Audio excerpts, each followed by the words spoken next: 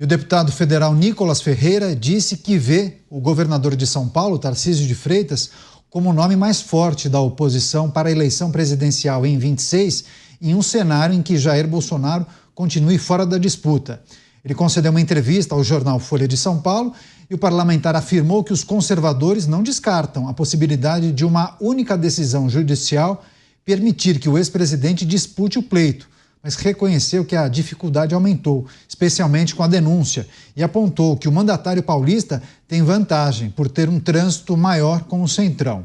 Por fim, Nicolas também citou outros nomes, como Eduardo, Flávio e Michele Bolsonaro como possíveis candidatos, mas afirmou não saber qual seria o escolhido de Jair Bolsonaro para a disputa, que sua única certeza é de que o representante da oposição enfrentaria resistências. Você, Cristiano Beraldo, a entrevista concedida por Nicolas Ferreira, um expoente da nova geração parlamentar do PL, já manifestando esse entendimento de que Tarcísio seria o nome mais forte da oposição, caso a inelegibilidade de Jair Bolsonaro seja mantida. Pois é, mas veja que na fala dele há uma grande preocupação em passar uma determinada linha. Então ele coloca Tarcísio de Freitas, que é presidente de São Paulo, o estado mais rico do país, que está tendo muita visibilidade, que tem muita entrega para mostrar do ponto de vista da gestão que ele está fazendo no estado, sobretudo no combate à criminalidade, mas ele coloca uma vírgula para lembrar que Michele, Flávio, Eduardo, são todos grandes nomes e tal, porque ele não quer puxar a fila daqueles que vão expor a sua preferência. Nesse momento, Jair Bolsonaro está jogando esse xadrez no sentido de usar a expectativa da sua candidatura como uma força de pressão para o processo que ele está enfrentando agora, ou os processos que ele está enfrentando, e que podem não apenas confirmar a perda dos seus direitos políticos, mas também colocá-lo na prisão. Ele precisa do apoio popular, e este apoio popular só virá caso a sua imagem esteja associada como alguém que poderá disputar as eleições de 2026. Essa decisão de quem vai ficar no seu lugar, o ex-presidente só vai tomar lá no final, quando realmente não houver mais tempo. Por quê? Porque até lá ele vai alimentando essa expectativa que o favorece. É óbvio, quando você olha para o cenário, do ponto de vista de quem quer, que tem preocupação com o andamento político, administrativo, econômico do Brasil, é muito difícil você não fazer o reconhecimento de que Tarcísio de Freitas hoje está nessa posição mais privilegiada, que ele conta com uma experiência que os outros nomes citados por Nicolas Ferreira não contam. Então, seria natural Tarcísio reunir todo o apoio que já foi um dia, ou que ainda é hoje, mas enfim, numa impossibilidade de Jair Bolsonaro concorrer, que esta popularidade, que este apoio fosse transferido para Tarcísio de Freitas. Pois é, agora, Dávila, não é novidade, né, que Tarcísio de Freitas é um nome forte da oposição. Acho que todos concordam. Mas, após a denúncia que foi apresentada pela Procuradoria-Geral da República, se declarações como essa de Nicolas Ferreira se tornarem mais frequentes, isso deve ser interpretado de que forma?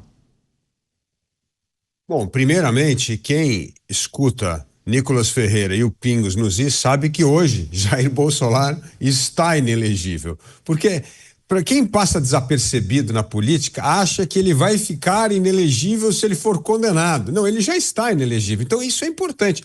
E o que Nicolas Ferreira está dizendo é isso, olha, diante da inelegibilidade de Bolsonaro, talvez o melhor nome é o Tarcísio de Freitas. E aí, óbvio que, como bem disse o Beraldo, ele acaba soltando os outros nomes da família Bolsonaro porque faz parte, né? E, aliás, pode até chamar chapa, Tarcísio com um dos Bolsonaros de vice e tal. Então, isso faz parte para não romper e não criar desafeto no seio da família Bolsonaro, tal. O importante é marchar junto, caminhar juntos, né? Mas Nicolas Ferreira fez uma análise correta, ou seja, hoje, dos pré-candidatos à presidência da República, dos governadores, tirando o nome de Bolsonaro, que está inelegível, o nome de Tarcísio de Freitas é o mais forte. Ele já está empatando com o presidente Lula no segundo turno, mas com uma enorme vantagem, que ele é muito desconhecido pela população e ainda tem baixa rejeição. Ou seja, é um candidato com enorme margem para crescer. Mas existem, como eu disse, bons nomes, além de Tarcísio. Então, os outros nomes ainda não são mencionados, como o Ratinho Júnior, como o próprio Caiado, que já disse que quer ser candidato e tal, e o próprio Zema. Então, eu acho que ainda tem uma boa safra. O fato é que Nicolas Ferreira está deixando claro que na inabilidade de Bolsonaro ser candidato, como é o caso hoje, o melhor nome, o nome mais competitivo é o de Tarcísio de Freitas.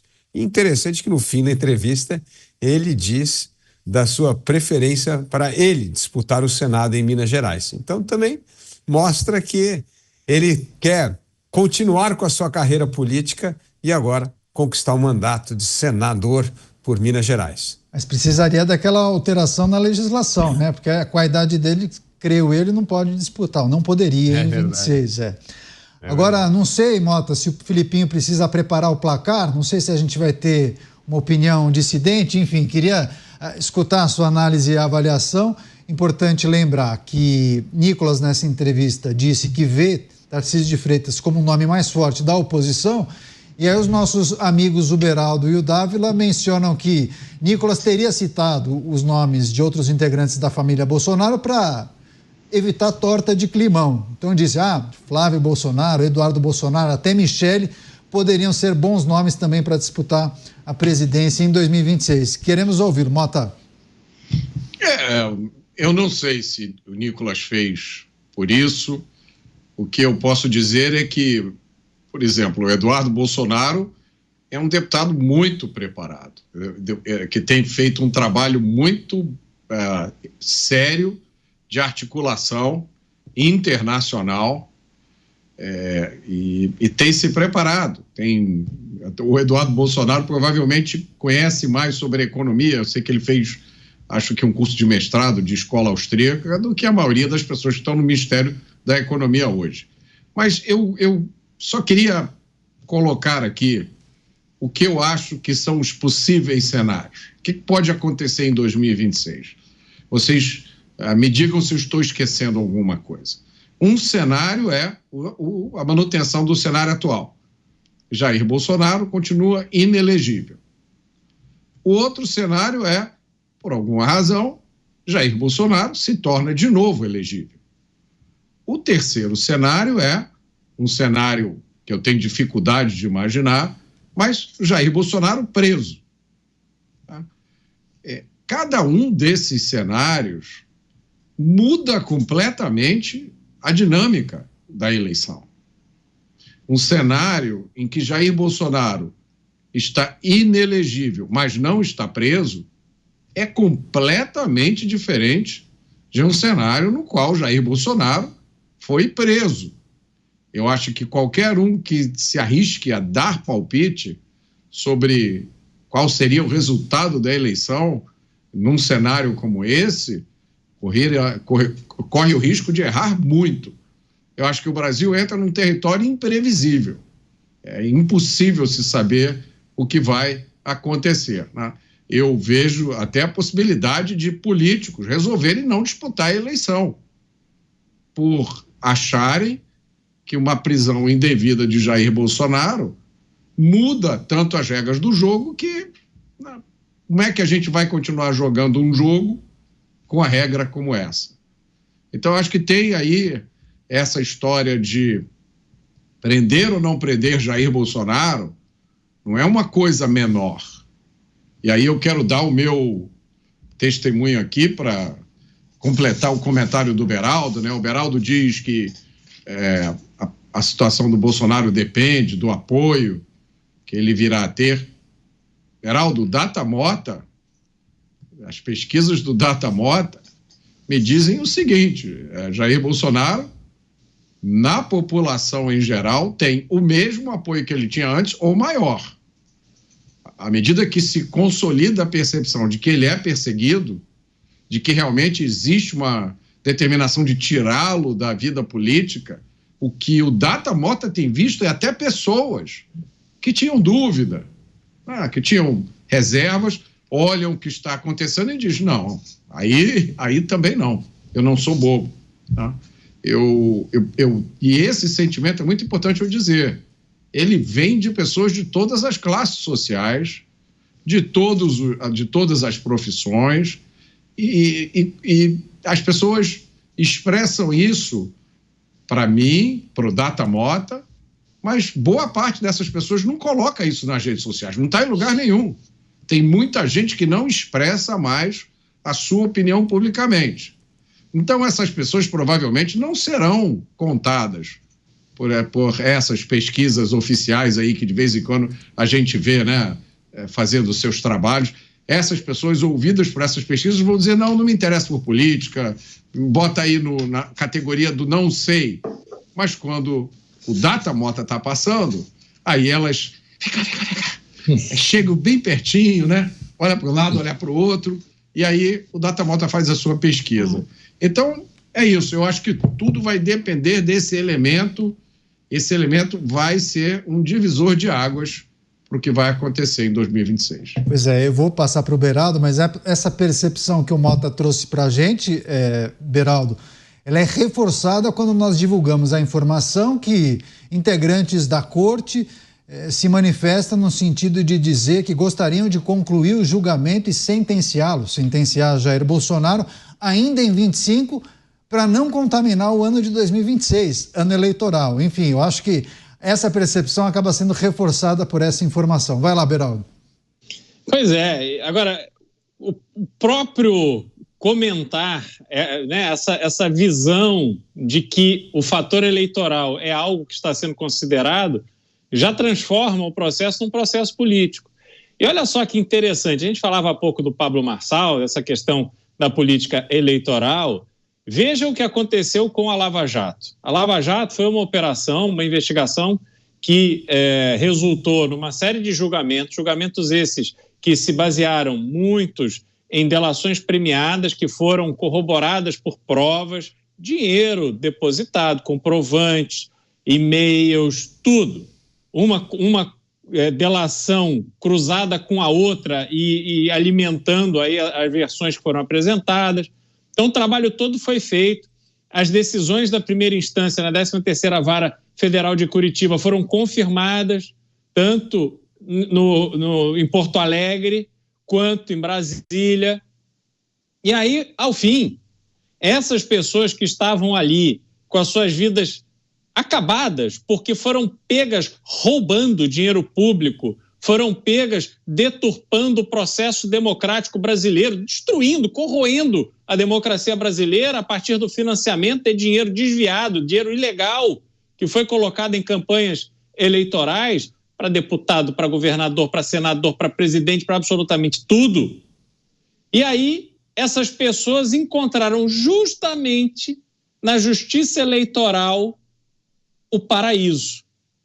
À medida que decisões foram tomadas dizendo, não, ele roubou, ele é ladrão, ele pegou dinheiro e torrou nos restaurantes de Paris, de Nova York, mas no fundo, o que ele queria mesmo era dinheiro para política. Então não é um crime normal, é um crime eleitoral. E na justiça eleitoral, com esta narrativa, essas pessoas, esses ladrões, esses saqueadores do dinheiro público encontraram a sua redenção e estão todos aí, todos, livres, leves e soltos. Aliás, sempre bom frisar, né, Dávila? Aquele condenado a 400 anos de prisão está gravando vídeos na rede social, na piscina, dando dicas de cinema. Afinal de contas, ele é um exemplo a ser seguido. Então, meus amigos, a gente vê que o Brasil se transformou numa velocidade assustadora. De repente, questões criminais viraram eleitorais. Questões eleitorais viraram criminais. E é impossível a gente determinar o que vai acontecer nos próximos capítulos. Pois é, impossível determinar o que vai acontecer nos próximos capítulos, e o Mota fez um exercício muito bacana para a gente aqui, né, Dávila, quando ele traz esses 3 cenários. Até a gente pode elencar outros cenários, mas esses 3 me parecem importantes, né? Jair Bolsonaro inelegível, Jair Bolsonaro elegível, ou seja, conseguindo reverter a atual situação, e Jair Bolsonaro detido, né? E quando aconteceria a detenção? Isso também é uma questão importante e crucial. Queria que você ponderasse sobre esses 3 cenários levantados pelo Mota aí. São 3 cenários, mas desses 3 cenários, na verdade, eu reduziria a 1 ou 2 cenários, que é o seguinte: é Jair Bolsonaro disputar ou não a eleição. É óbvio que muda se ele estiver preso ou não, mas o fato é que, estando preso ou não, mas continuando a ser inelegível, significa que a oposição terá de escolher um candidato. Essa é a história. Uma coisa é Jair Bolsonaro estar na súmula eleitoral, outra coisa é ele ter que escolher um candidato. Estando preso ou não, eles vão ter que se mobilizar, articular e apoiar um nome. Então, a meu ver, essa é a grande mudança. E quando isso será feito é muito importante. Porque, por exemplo, vamos pegar o caso de Tarcísio de Freitas. Tarcísio tem uma reeleição, não digo garantida, mas tem uma reeleição com muito boa chance de vencer em São Paulo aqui em 2026. Ele não abriria a mão se corre o risco de não contar com o apoio de Bolsonaro.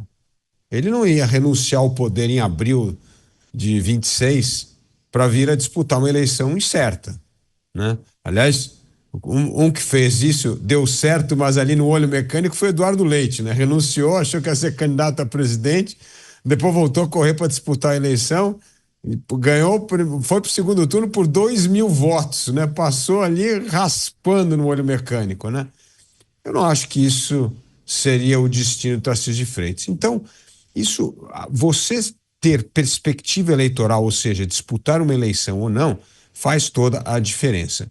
O que eu entendo, e aí eu acho que é uma reflexão importante que o Mota traz com esses 3 cenários dele, é que o bolsonarismo continuará a ser uma força política importante, com Bolsonaro sendo ou não candidato. E quem vai dar as cartas neste movimento bolsonarista é o próprio Bolsonaro. Então, por isso que todos esses pré-candidatos tomam muito cuidado para não se indispor com Bolsonaro. Aliás, pelo contrário, até antigos desafetos ou brigas com Bolsonaro com o próprio Kassab, hoje existem conversas de reconciliação. Por quê? Porque tem que estar todo mundo junto, não tem. A direita tem que marchar juntos, até pode ter outros nomes, mas tem que ter uma regra de bom convívio para que o inimigo comum é vencer o governo atual. Esse é o ponto importante. Então, eu entendo que esses cenários só serão conhecidos muito à frente, mas o importante é não ter uma grande dissidência entre o bolsonarismo e o restante da direita. Isso seria muito ruim para todos nós que precisamos nos unir para vencer o atual governo. Pois é, e todas essas movimentações também têm a ver com a maneira como o julgamento poderá acontecer na Suprema Corte Brasileira, porque aliados de Jair Bolsonaro fazem o seguinte cálculo: bom, se ele for processado, o julgamento será na primeira turma, um número menor de ministros, então poderiam liquidar a fatura, ou seja, julgar e sentenciar ainda em 25. E muitos entendem que, se for para o plenário, um número maior de ministros, por exemplo, poderia pedir vista. Ele poderia atrasar o processo e, naturalmente, isso iria para 2026. E aí qualquer tipo de decisão certamente iria chegar muito próximo ali do processo eleitoral, da campanha eleitoral.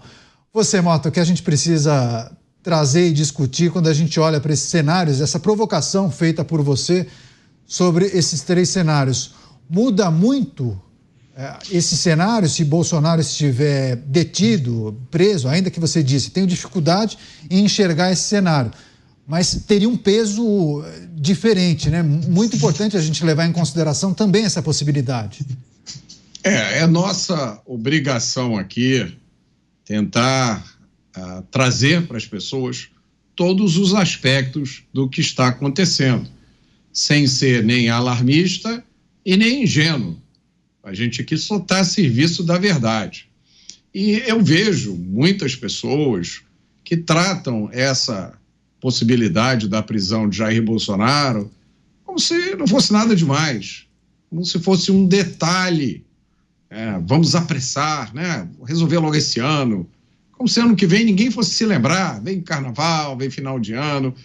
E aí, para a pessoa que acredita nisso, eu queria fazer umas perguntas. Prezado companheiro, você que acredita que o caminho para o Brasil é realmente a prisão de Jair Bolsonaro, primeiro, depois que você prender Jair Bolsonaro, onde é que você vai colocar o prisioneiro Jair Bolsonaro?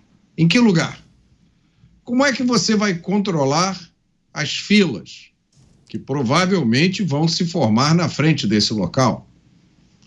Que instrumentos você vai usar para controlar uma possível indignação popular contra a prisão de um político que teve o quê? 58 milhões de votos? Então são, no mínimo, 58 milhões de pessoas indignadas porque o candidato em quem elas votaram está preso. Você, companheiro, acha? Essa pergunta é sincera. Você acha que prendendo Jair Bolsonaro, dessa forma a esquerda irá vencer as eleições de 2026? Às vezes eu tenho a impressão que tem gente que acredita nisso. A gente tira o Bolsonaro da jogada, aí lança um outro candidato, aí acha alguma coisa contra o outro candidato, né? Como foi agora com Pablo Marçal, Carla Zambelli, Deltan Dallagnol, Francisquini. E por último, por quanto tempo você pretende manter Jair Bolsonaro preso? Para sempre? 10 anos? 2 anos? E o que você acha que vai acontecer no momento em que Jair Bolsonaro, preso de uma forma considerada por milhões de pessoas como injusta, o que você acha que vai acontecer na hora que o Jair Bolsonaro sair dessa prisão? Essas perguntas, Caniato, têm que ser feitas, porque eu tenho a impressão que as pessoas estão tratando esse assunto com um misto de superficialidade, leviandade, ingenuidade. Talvez sejam pessoas que transitam muito em carro blindado, que não pegam ônibus, metrô, não andam nas ruas, não vão ao mercado, não vão à praia, como eu faço. Então, deixa eu ajudar essas pessoas, trazendo aqui esses pontos para reflexão. Você que está convencido que prender Jair Bolsonaro vai colocar o Brasil numa situação melhor do que a que o Brasil está hoje, eu lhe peço, reflita sobre esses pontos que eu mencionei aqui. Pois é, você, Beraldo, é difícil, né, mensurar qual seria o impacto para o universo eleitoral, para a cena política, de uma detenção de Jair Bolsonaro. Ainda mais se isso acontecesse meses antes do processo eleitoral, muito próximo da campanha de 26, por exemplo, né? Mas, Caniata, a confusão ela permanecerá, porque não haverá uma decisão a favor ou contra que não possa ser disputada. Então, haverá uma indefinição, haverá a criação de expectativas de um lado e de outro. A confusão está dada, já está no preço, digamos assim, das eleições de 2026.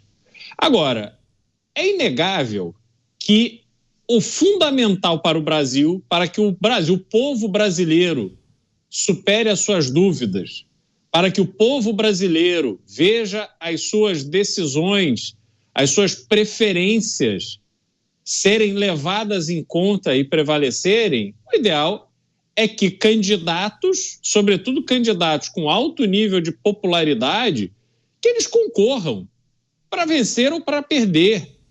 Afinal de contas, no caso do ex-presidente Jair Bolsonaro, O que se está dizendo é uma acusação. Lembremos que no Brasil você só é culpado depois de uma sentença transitada em julgado. Então, há um processo. O processo ele vai ali apresentar a sua defesa, vai tentar desconstruir as acusações que são feitas pela Procuradoria-Geral da República, vai dar elementos para que uma decisão seja tomada. Aí lembrando que a justiça de verdade, a justiça com J maiúsculo, é aquela justiça que tem uma balança como o seu símbolo, que deve ser cega, surda e muda para qualquer coisa que não está nos autos do processo. Então, que a justiça possa fazer o seu trabalho e o ex-presidente fazer aquilo que está ao seu alcance para colocar ali de forma clara qual foi a sua participação. E o povo julga. Esse é o cenário ideal, porque senão o que vai acontecer é que se vai alimentar uma expectativa não consolidada, não confirmada, de que aquela figura, mas se ele tivesse ganho, mas se ele tivesse disputado, tá vendo isso que aconteceu? Poxa, se tivesse sido ele ali disputando a eleição, ele ganharia, ele faria diferente. E a gente fica ali, né, nessa dinâmica correndo atrás do rabo. Isso, na minha opinião, é péssimo para o Brasil, mas eu não vejo como termos uma decisão definitiva com esse processo correndo a partir de agora até o ano que vem.